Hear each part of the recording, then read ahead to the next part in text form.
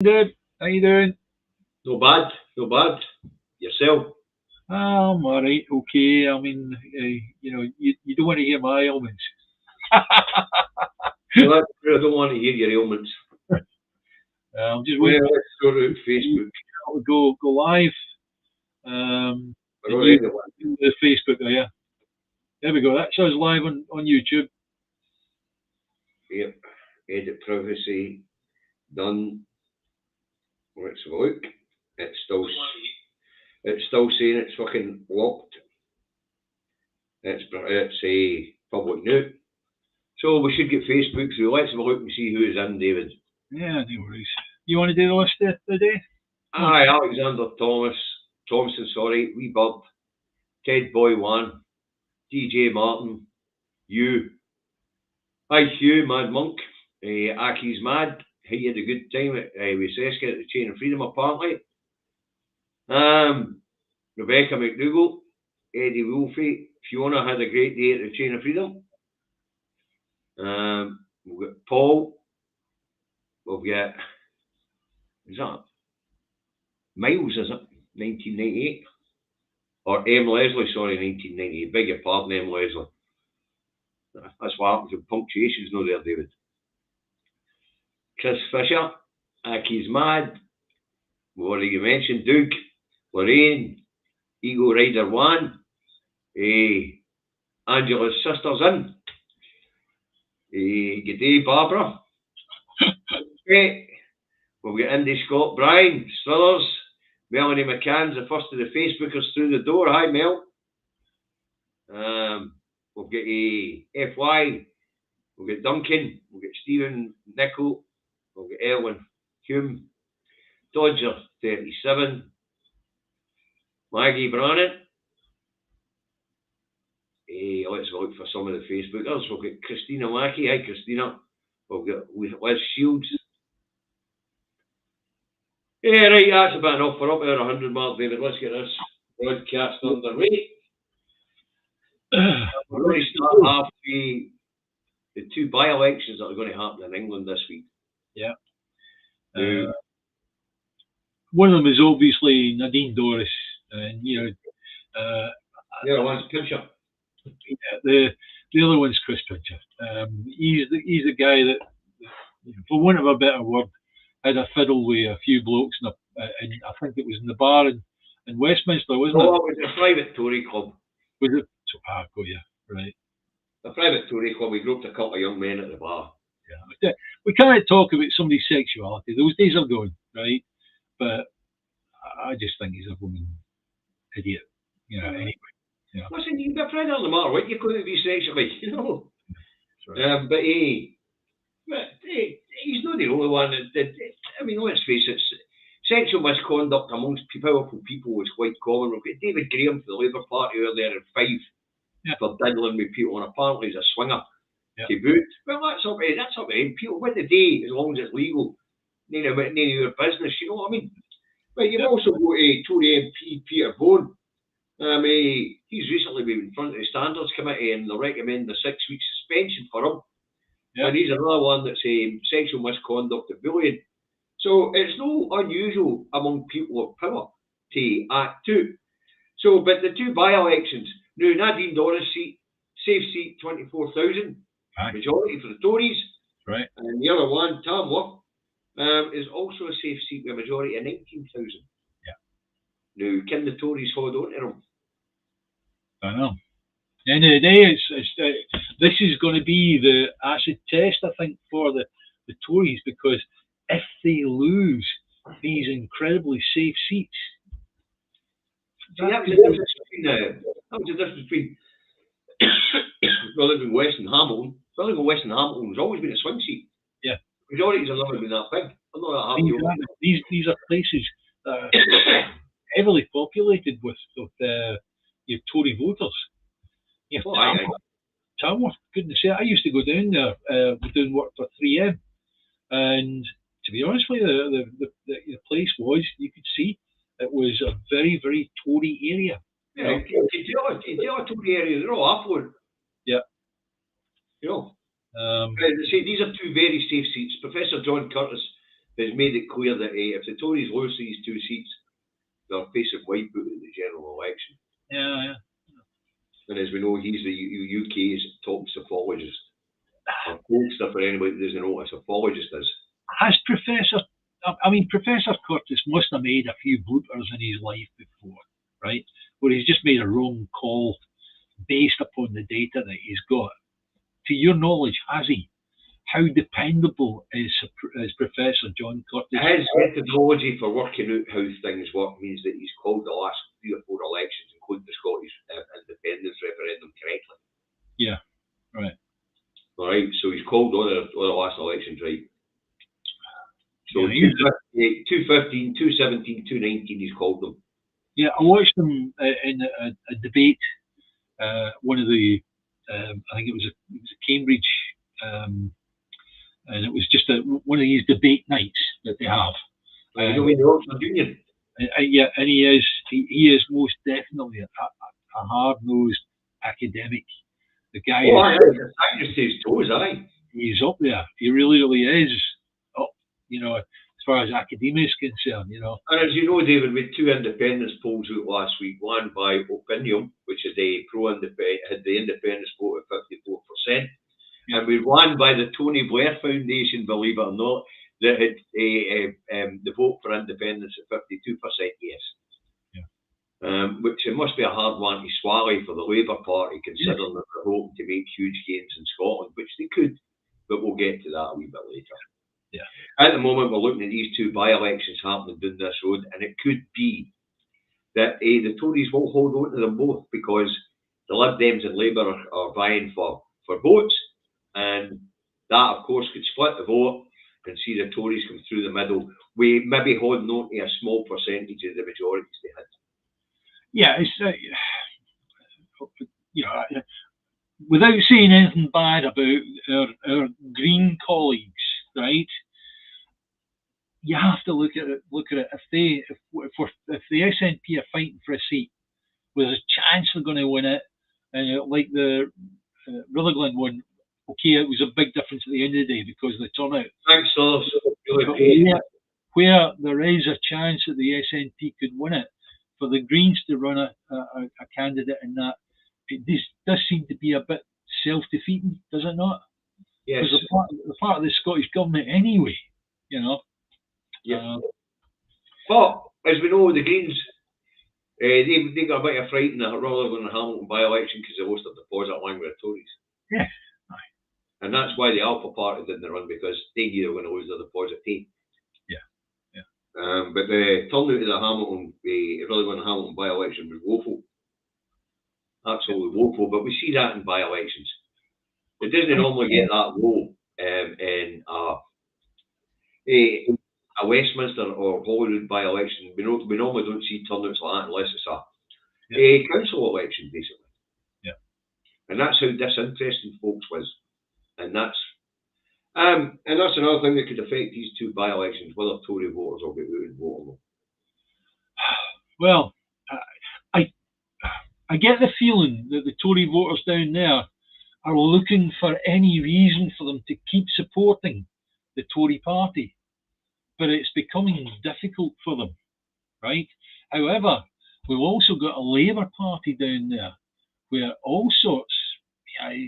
How long does it take for Keir Starmer to U-turn on something? I think he does it. Not Jesus Christ. Yeah, of course he does. It's mad. It really is mad. The world's going crazy.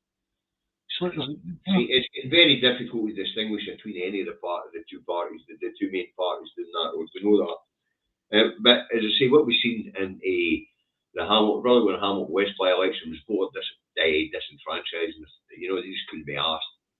But also, I'm going to mention something I mentioned before, right?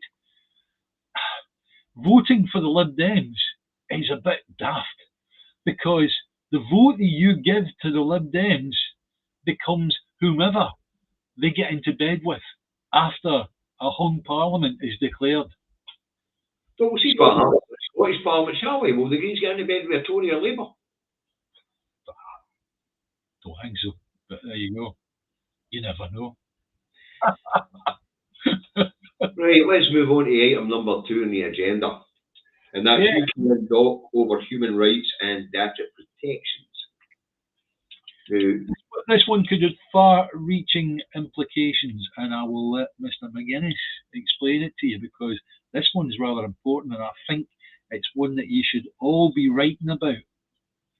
Anyway, so David, the TCA, the Trade and Cooperation Agreement with the European Union. As we know, the European Union's Trade and Cooperation Agreement is up for a review. Let's get the words right.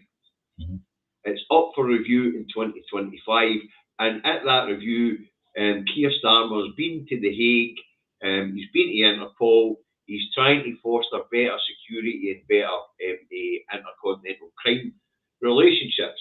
But what we find out is, with the UK and the DOC over human rights protections and data protections, because they've diverged from what they'd agreed to in the TCA, the Trade and Cooperation Agreement, basically the Brexit deal, for anybody that doesn't quite get what the Trade and Cooperation Agreement is. It's looking like that's not going to be possible, and the breaches to the TCA of a Brexit deal by Westminster could well see the UK could, as an absolute outlier, a consequence, be kicked off the Council of Europe, right? Which is very serious. Can you just specify what that means going forward? If, say, Keir Starmer at some time over the period of the next 5 years, if he gets into number 10, if he tried to get back into Europe, if Britain wasn't a member of the Council of Europe, what does that mean? That's right. Can't get. Anyway, we don't meet the criteria under Article 49 to join. We've already spoke about this. And the EU Committee on Civil Liberties, Justice and Home Affairs have warned Westminster that 3 bills that they've put into place since they signed the Brexit deal has breached the Brexit deal. Now, these 3 bills are the Retained EU Law Bill, the Data Protections and Digital Information Bill, and the Illegal Migration Bill. Now, they all break Westminster's commitments under the Brexit deal. Right? Now, the Retained EU Law Bill, which seen divergence in certain areas, the bonfire of regulations that they haven't. The bill's not passed yet. They're twiddling away and fiddling away. It's not as if it's going to pass.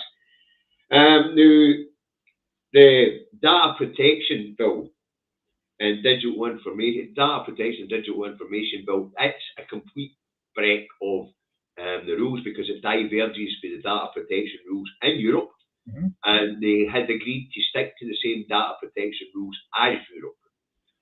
And the one that really does it is the Illegal Migration Bill, because in the TCA, under Section 3, the UK agreed to stick to the Conventions on Human Rights and the European Convention on Human Rights.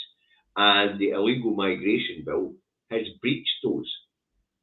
So any possibility of closer security arrangements with the EU and any possibility of closer policing of the continent with the EU will not be possible, according to the Committee on Civil Liberties, Justice and Home Affairs, because of Westminster's divergence. Now, there are wider implications. It could see, unless the UK gets into line, it could see the TCA or Brexit agreement scrapped, which could lead to the need for a hard border on the border of Ireland, which we know what happened there. The shit would hit the fan. Yeah, but if they're no longer a part of a Brexit deal, let's say, right? And it's basically, right, guys, the special status that you've got to actually deal directly with the EU and with the rest of Britain is gone. That's right, so they may put a hard border up now on Ireland. But there are other implications for the UK economy here with the stupidity of these 3 bills. And this is sabotage. that's been put in place by the Tory party, knowing they're going to lose the next election. Yeah. You know, and don't be surprised if they quit the European Court of Human Rights before the next election. Yeah. But the other implication is one of the economy, especially the English economy and the banking sector, the insurance sectors, and the legal sectors, because they're looking for equivalence on these. But because of the diversions on data protection, equivalence will not be granted, which means that the UK banking sector will have to cease operating in the EU. Mm-hmm. There will be no legals. Right now, legal is quite a big thing because international treaties are all still signed in English. Yeah.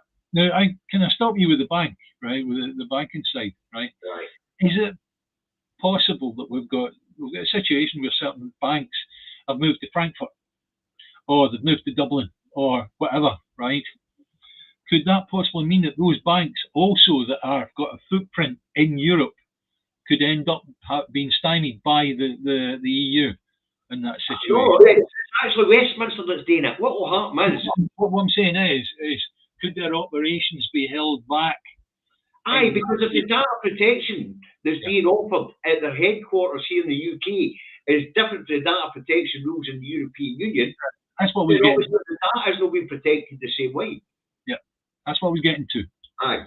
In other words, the EU will be looking to protect their people, who may end up where their data is not protected in the way that they would expect other EU banks to do so. Yep.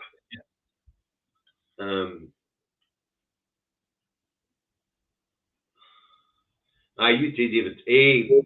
So, I mean, it could well be that when the TCA comes up for review in 2025, with any more breaches of the agreement, we could well see the UK out in the cold. The TCA or the Brexit deal could be cancelled, which would mean no deal with Europe whatsoever. Yeah. So, the implications of what's being pointed out by the European Union are wider as well, because at this point in time, Westminster has got very little leverage in the world at the moment. Soft power is gone, and they are not trusted. The mere fact that they wrote the Trade and Cooperation Agreement, signed the Trade and Cooperation Agreement, passed it through Westminster, and then immediately started to break it, means that there's every chance when it's up for review in 2025, it'll be scrapped. It'll be just a case of you're not worth bothering with, fuck off. Yeah, I mean, you have to imagine that these countries that might come to the table and put together a trade agreement with Britain must be looking at them going, they're not trustworthy. No, they're not. Anything they say or put down in paper is going to be gone within a few months. No, since they get that deal put through in 2019, there's 3 bits of legislation that bust the deal. Yeah. Divergence on digital information and data protection. EU's nowhere in that. They're not going to. This is a firm shot across Westminster's bout to say get in line or get lost. Yeah. And as I say, the Council of Europe have also kicked in and told Westminster to get in line or get lost. Yeah, I mean, we've seen this situation building over the course of the last year. In actual fact, you could say since, say, 2017, when the ripples started to happen, when Theresa May put in first the right, okay, we're off, we're short, there's a letter. You know, it's like from that moment, it all started getting wobbly. What kind of deal are we going to get? And all the rest of it, right? And to be honest with you, see the ERG group, right? Find a good spot in the blooming Thames and sink the lot of them. Something like that. It would appear that the Tories are hell-bent on as much damage in the UK open their way out the door. This is a scorched earth policy. They know they're going to be out in the wilderness for at least 5 to 10 years. Yeah. You know, but what we do know is that people of England have got awfully short memories. I personally feel they're planning on being out in the wilderness for only, it could be less than 5 years. Of course if they do enough damage, people have got short memories. I'm not talking about you guys, I'm talking in general. The public tend to have short memories, and they can actually they can turn the economy upside down and make it impossible for Labour to actually run the economy. So eventually it gets to the point where people are going, we want Tory back in, something like that. And I'm talking about people in England. Stupid. Anyway, I think we've said enough on that. I think we need to be popping on to the next one. Are you all right, David? You look as if you're busy reading something. I'm just trying to keep up with the comments, because you notice I've got twice as many comments to keep up with as you have, David. Yeah, I really just see the YouTube ones. That's it. Right, so moving on. John. Israeli. John, as you know, I'm an ex-Satter and all, and I'm 100%, 1,000% for Independence Day, but we'll get there. All right, we'll get to that subject.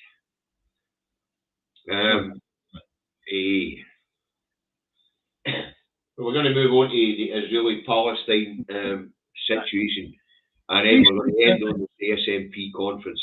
This is just an update. We did talk about it on Thursday, but I think it's fair to give you maybe a wee update from what we've seen. You've probably all been watching it pretty forensically as well, but I think it's fair enough for us just to give a little thing.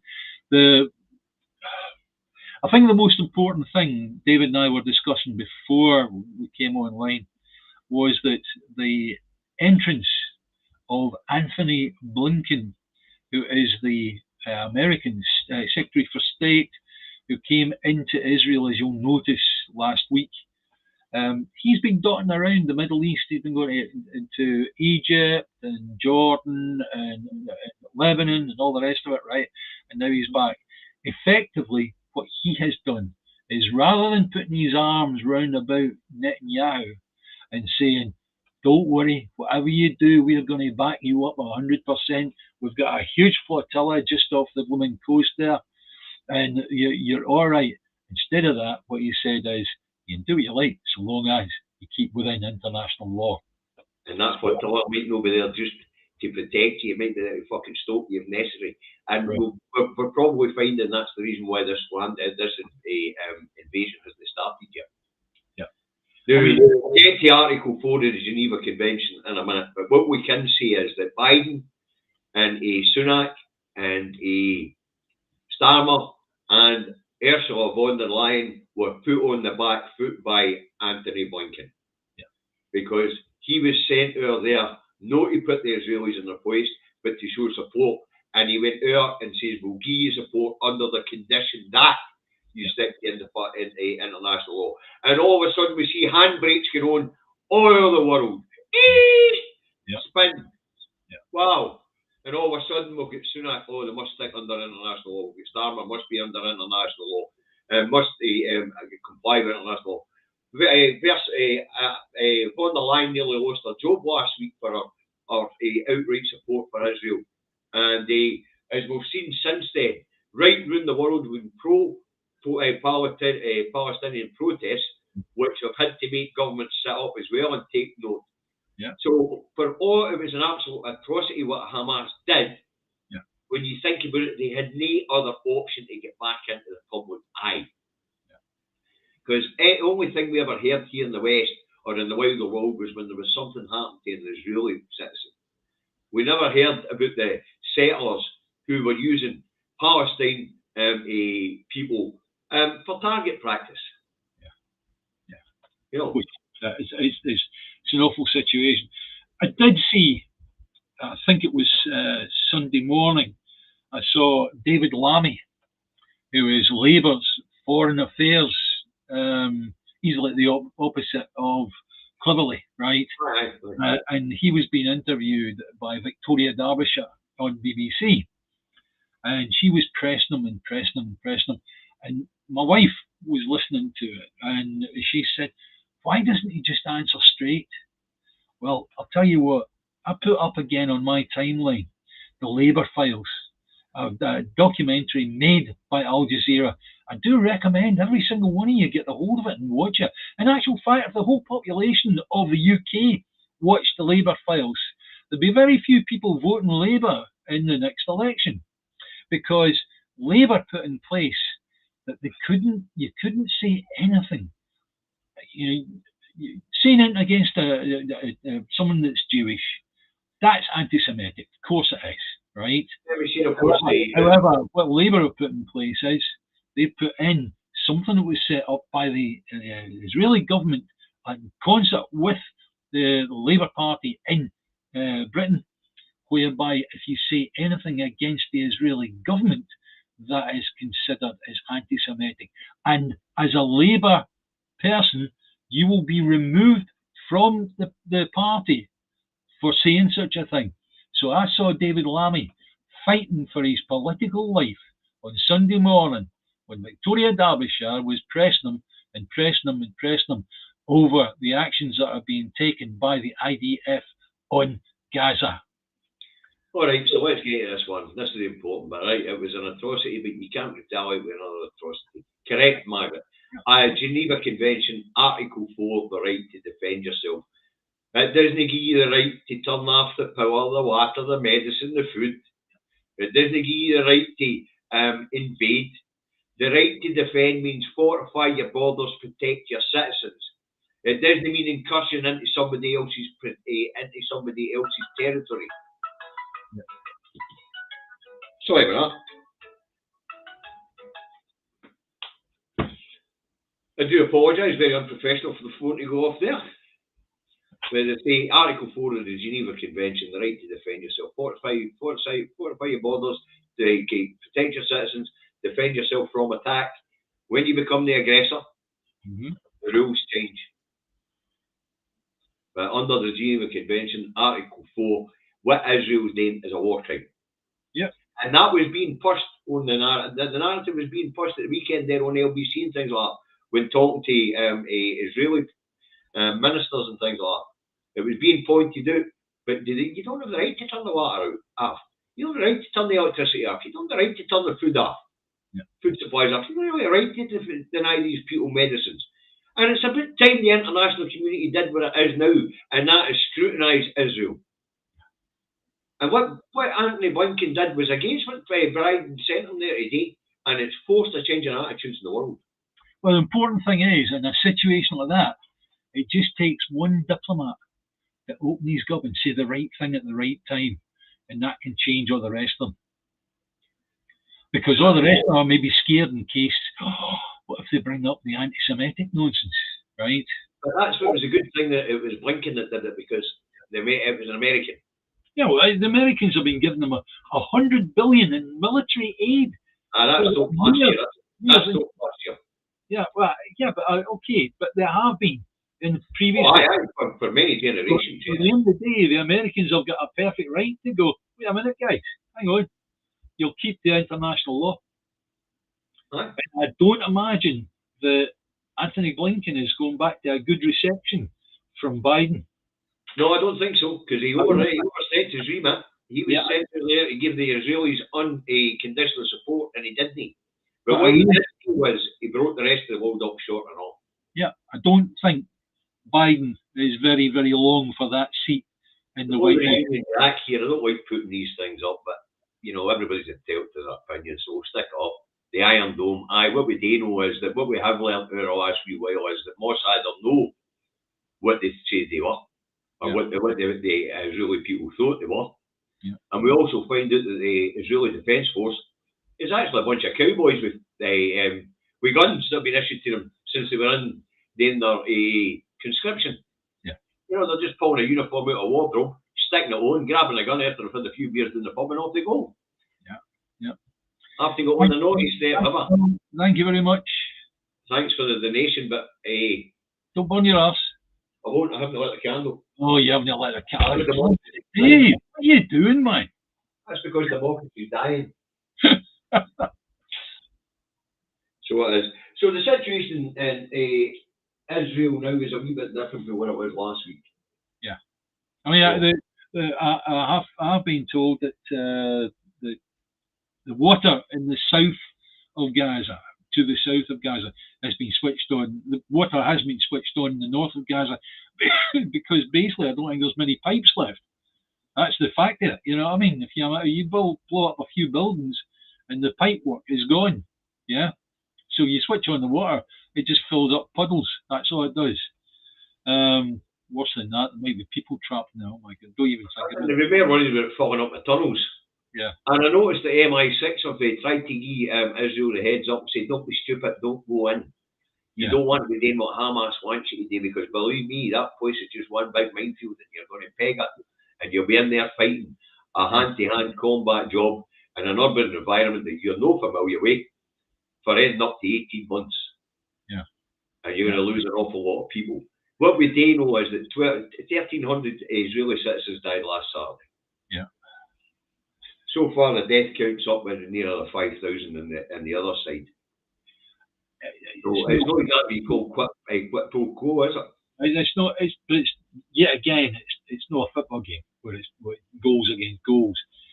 But we saw previously in 2014 the last such thing that happened, which was where 3 Israelis died in a skirmish, and what happened was that the IDF went in and pounded away at Gaza, and over the next 50 days after that, who's the Greek guy, the one that used to be David, let me finish.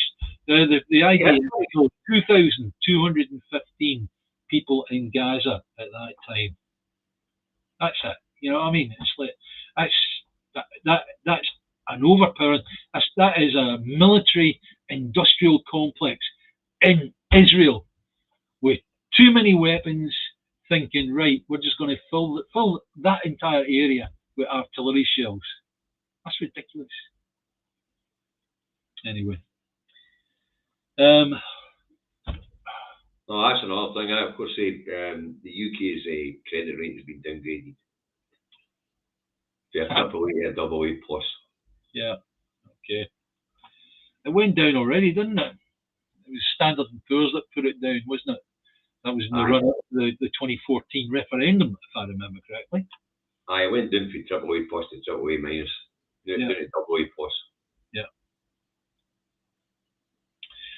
So, as far as the Gaza situation is concerned, I heard that there were people with British passports who had been offered seats on an RAF plane to get them back.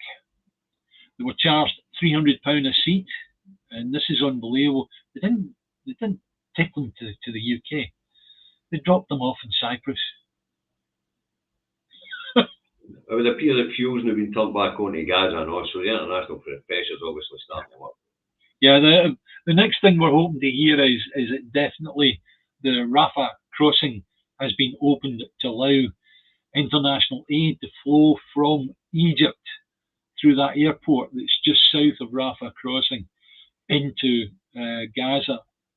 But obviously it's going to take a while before that has any effect, because you've got to get international aid to the hospitals and things like that all the way up to the 30 miles of Gaza. Yanis, what do you call him? The Greek guy. Yanis Varoufakis, I think his name is. Aye, he was on the telly at the weekend telling us that the UK, the US, and the European Union are complicit in the war crimes that have been going on, because they haven't condemned Israel for no sticking to within the bounds of international law. Well, and we can say that the UN has been pretty hopeless in this situation. Yanis Varoufakis, that's his name. Varoufakis, yeah. Right. But he's absolutely correct. Yeah. I mean, as Israel's been nipping away and nibbling away and colonising Palestine, nobody's said a bloody word. Yeah. You know, it's taken international NGOs to point it out that this is colonisation and it's a genocide, a slow, creeping genocide, an eradication event. It's the old question that what was Amnesty International came up with. The fact that you look at Palestinian and an Israeli, and it's like, what's being looked at in the world is the Palestinians are not being looked at as being worth as much as an Israeli. So in other words, they're subhuman in the eye. We see that here in the UK, right, where we're treated as second-class citizens. But just a councillor in Aberdeen, demanding she's no called a new Scot because she doesn't want to be considered second class. That's right, yeah. Huh? I really can't argue with that. I know for a fact that in Scotland we're being treated as second-class citizens, but thankfully we're not in the situation that the people of Palestine or Gaza are in. Yet, we're not in that situation yet, David. Let's caveat that. We already know that there's been a few lords down there saying they would fight us for the oil. Over the Westminster Parliament down there, before the last referendum, look at the possibility of partition in the north east and the south. I think there's a long way between people yakking about it and actually doing it. And that's what I've always found. See, if somebody's going to hit you, they hit you. They don't talk about it, they hit you, right? No, David. You've got to remember that most people who are going to hit you are fucking cowards, so they've got to build up the steam, the head of steam to do it first.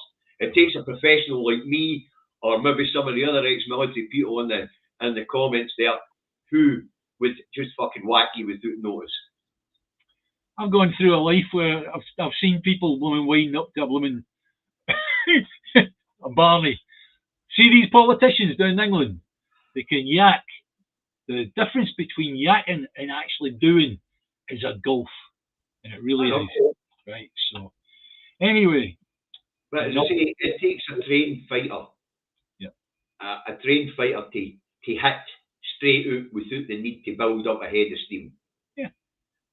It takes somebody who's cold and calculated and knows exactly what they're going to do. Yeah. The minute the guy opens his mouth and the mere idea of aggression is there, they're already flattened. You made your point, right? Okay. Now, what I'm going to ask us to do is get our other hats on and start discussing what happened at the SNP conference on Sunday. Right, hold on. Before we go into it in depth, David, while I bring up the other subjects that are being discussed at this conference, I want SNP supporters in the chat to put up now what you thought of yesterday's resolution on the way forward for independence. Before David and I get into it. Now, there are other subjects up for discussion as well as the route forward for independence. They include immigration. After independence, they include, hold on, get them up.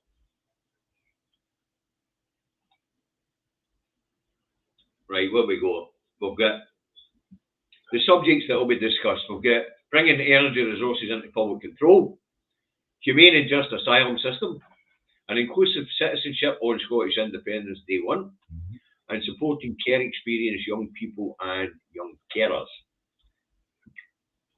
So that's the other big debates that will be going at the conference this weekend, or for the next couple of days. It breaks up yesterday. However, the most important conversation that took place was our strategy going forward into a general election or not.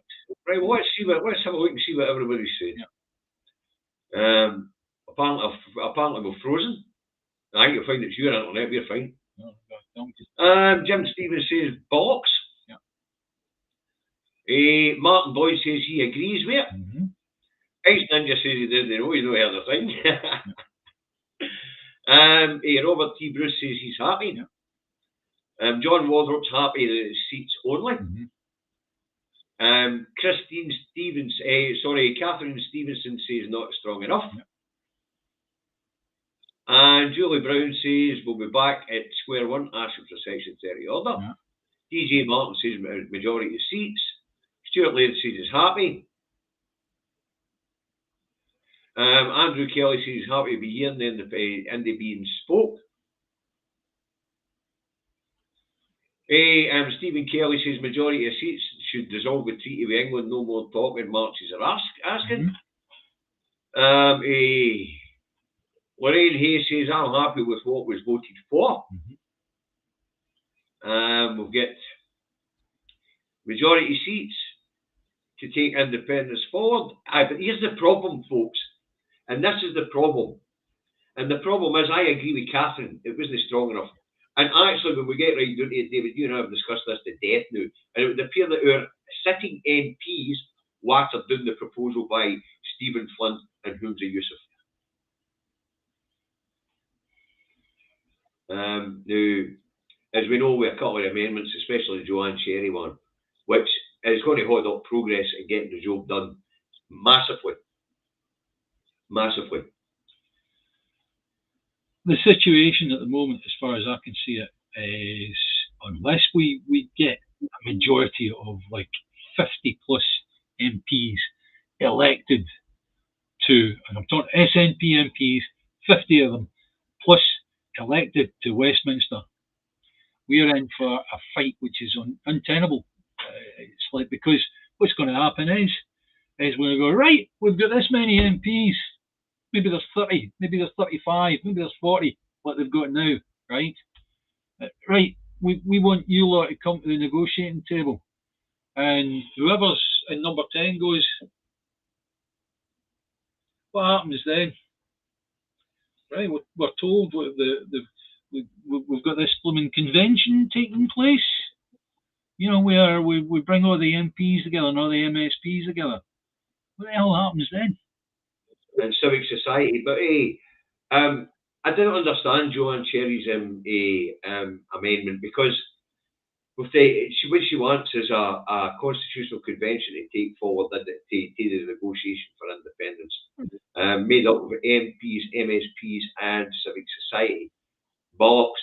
We've talked about this before, and believe it or not, we've looked at it left, right, and centre as to where the civil convention or the constitutional convention will work in order for us to go, right, that's it, we are independent.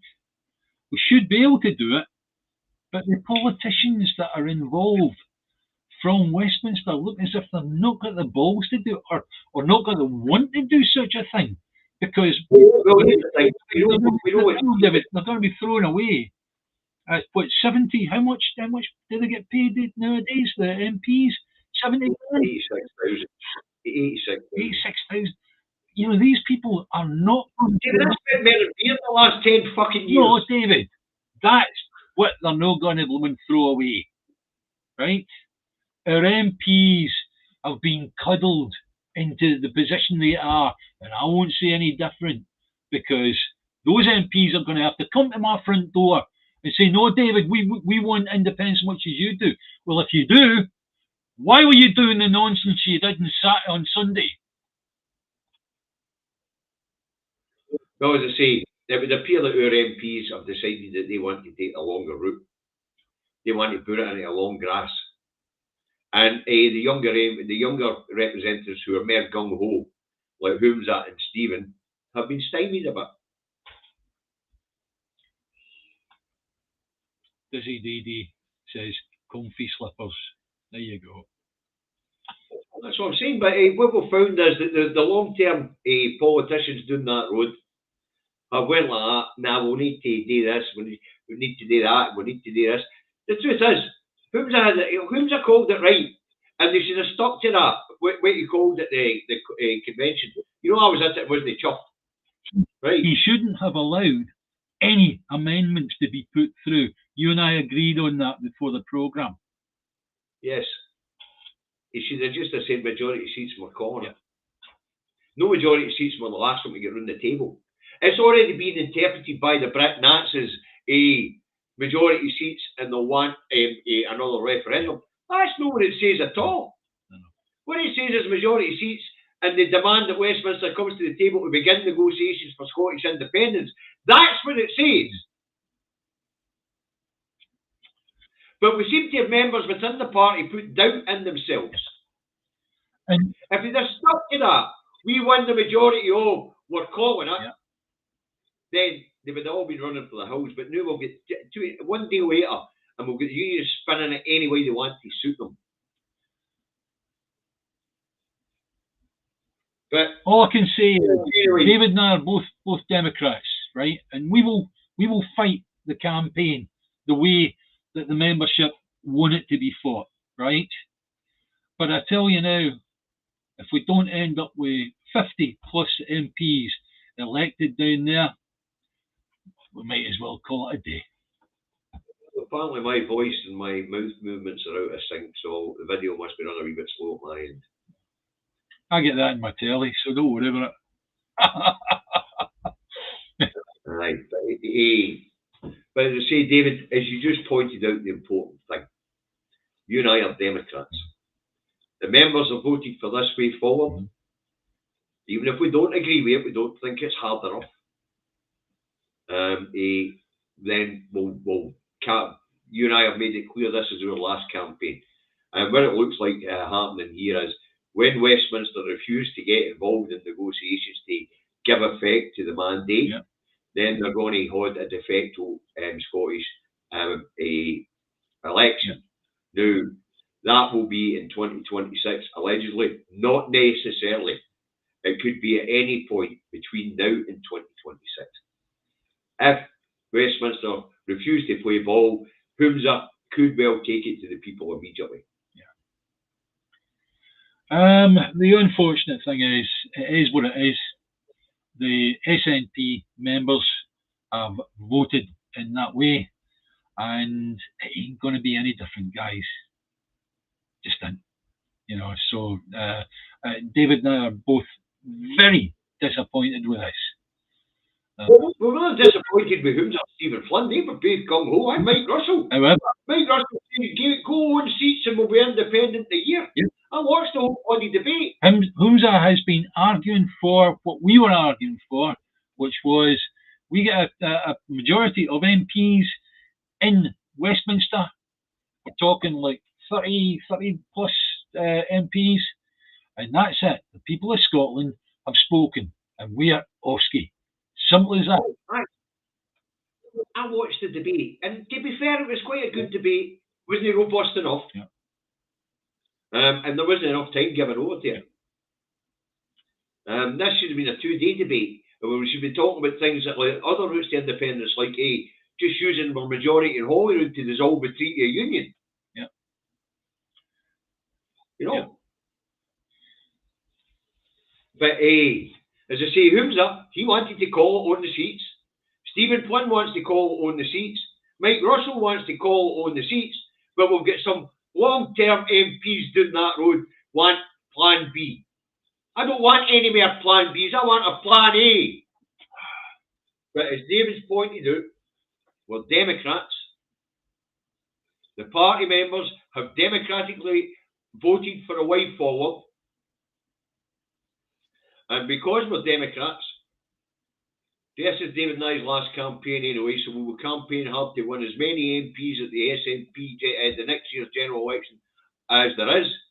But then the kids are going to have to run with it for 2026. Aye. But here's another thought for you, right?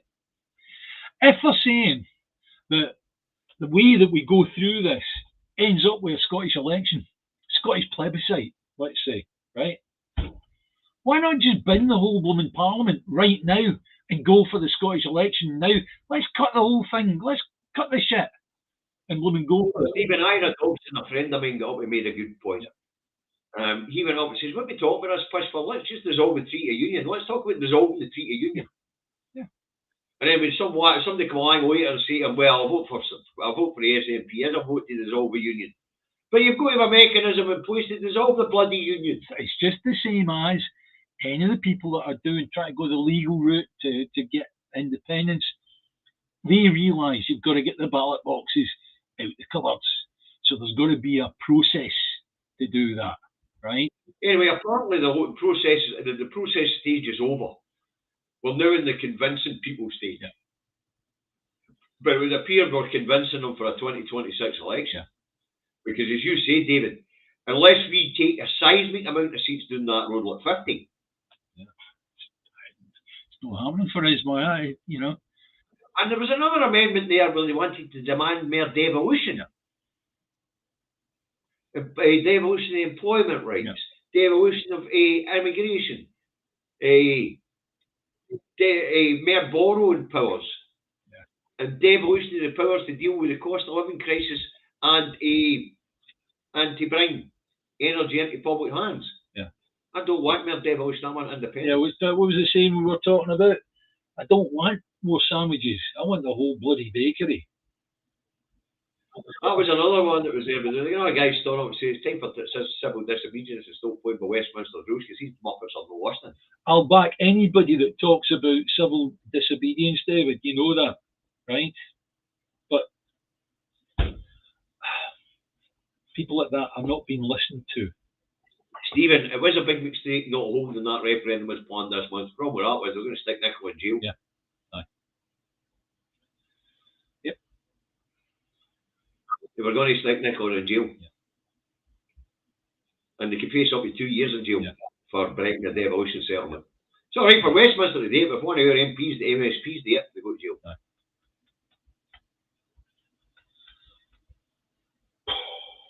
But as I say, the water and doing all of it, for what was said in Dundee to what was passed yesterday, no chuff, David. Yeah. And you know me, I'm no one for, I tell as it is. Whether I'm telling the Alba party they're relevant, whether I'm telling the Greens they're fucking rang, or whether I'm telling the SNP they're rang, I'm pretty straight on these things. Yeah. And I call it here. It's not as if we're against Holmesa, right? Holmesa's he's a good guy. It's not as if we're against Stephen. He's a good guy. It's the fact that we've ended up in a situation where we've got a dud squib in our hands rather than independence. Simple as that. No, what we've got is a stepping stone. This is the last legal thing they think they've got to chalk off. Because when they've already blocked off a referendum, when they won't accept the amount of seats in Westminster, then that's it. All routes to independence are allegedly blocked. Yeah. So what they're saying is a Scottish plebiscite election then fought on these grounds and won on these grounds, they will then say get it up to you. Well, why not just say get it up to you after we win next election? Yeah. And then of course Joanne's mad idea of a constitutional convention where half the population or the no voting population and no voting MPs and MSPs are not going to fucking turn up. No voting members of civil society are not going to turn up. It's going to take a long time to put the convention together. And then they want them to negotiate their independence. I don't want them anywhere near it. That's what the Vienna Accords are for. That's when you call on the international community, you invoke the Vienna Accords while we're still part of the UK in the transition period. And then you bring in the international lawyers to deal with it, the way that Slovakia and the Czech Republic did. I'm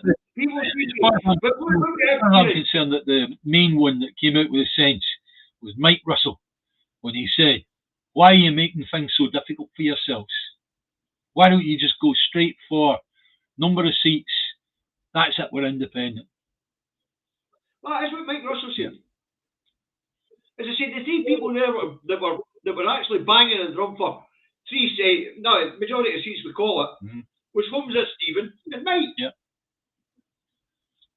The rest of them were there to argue. They won't recognise it. When do we get to the point we say, fuck what they recognise?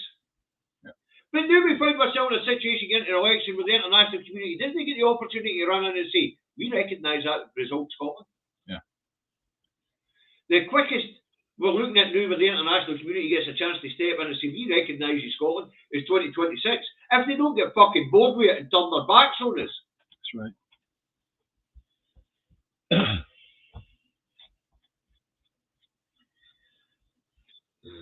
Well, anyway, right, to be honest with you, what I say is let's end the programme right there because we've said our piece on this. And now it's over to you guys because at the end of the day, it's like if you think, you go looking at what was voted on, if you think that is a solid way that we can get independence, well, convince us because I ain't convinced.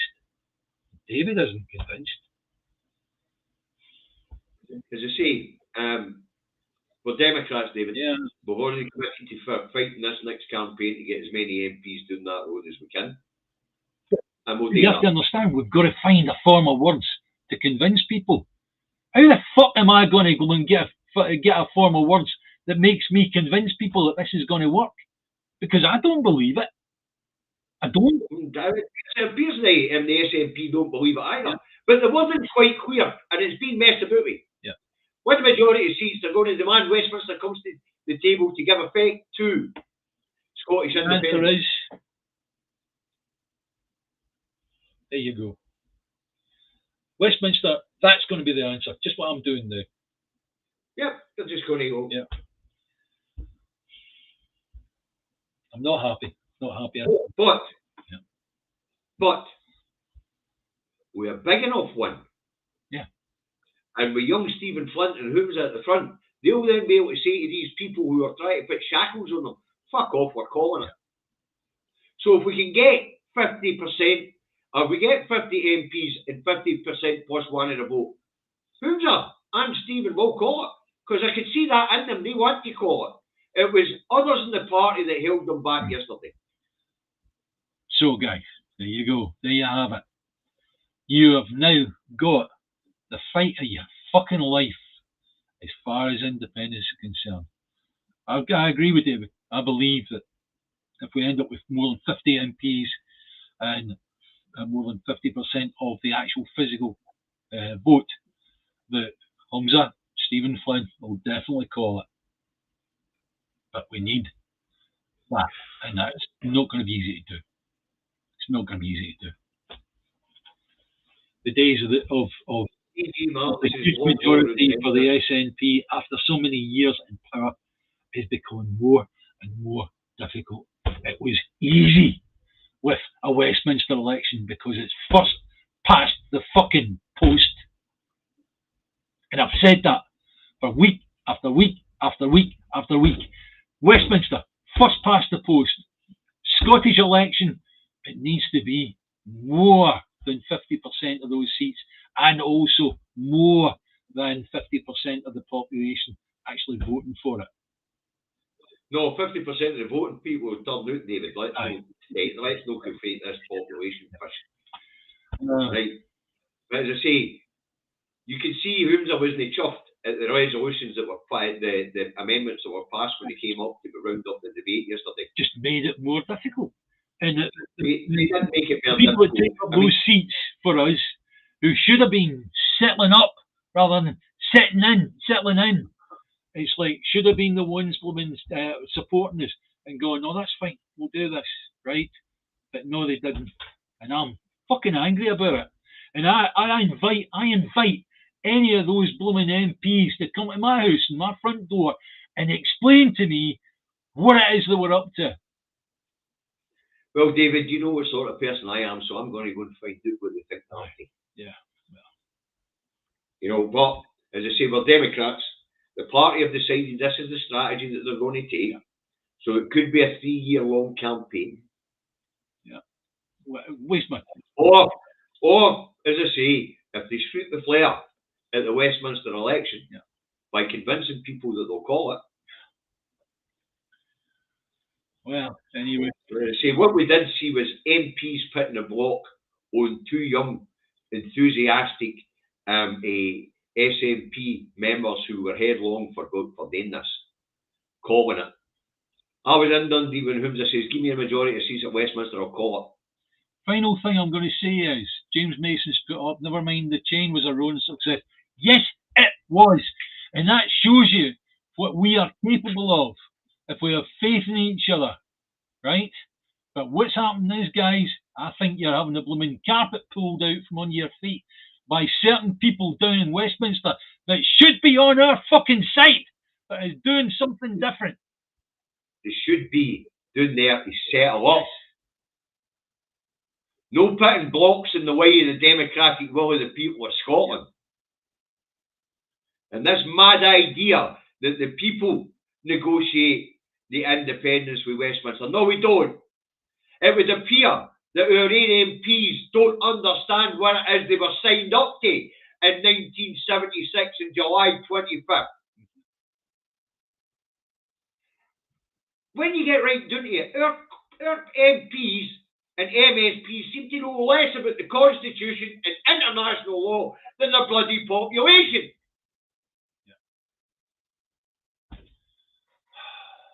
Anyway, right, that's the end of the show. It's now 1500, and we're ready to go. It's over to you guys. Anyway, it's like you need now to be telling us, are we wrong? Are we right? What? Do you think we're going to get independence this way? You tell us. Seriously. Because I need to know that you guys are all on the first page of this thing and realise what happened on Sunday. I will do my best, being a Democrat, to actually support the campaign.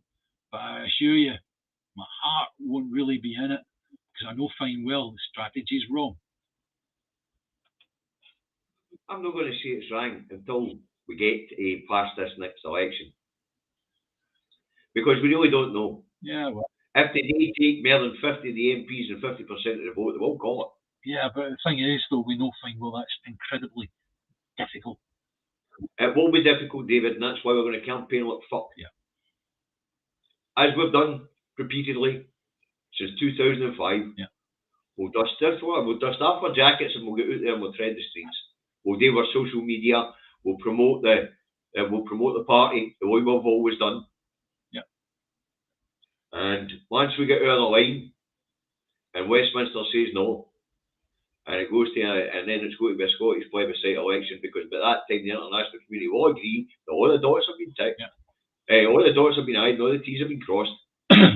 Then, when they do eventually say, right, we're going to ask the Scottish people because it's a fair right to do it, and it is a fair right to do it, in a Scottish plebiscite election, because you and I agree with Angus Brendan McNeill, just hold the Scottish election, that way we get the international community voting, we get the 16 to 18-year-olds voting. But it means that Humza's got to lose his job, right?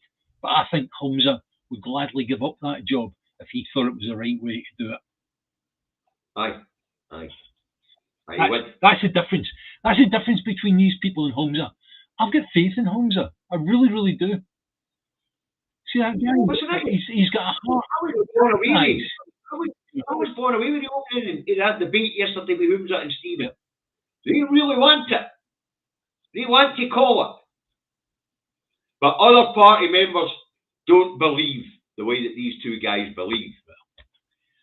Anyway, guys, that's it. That's all we have for today.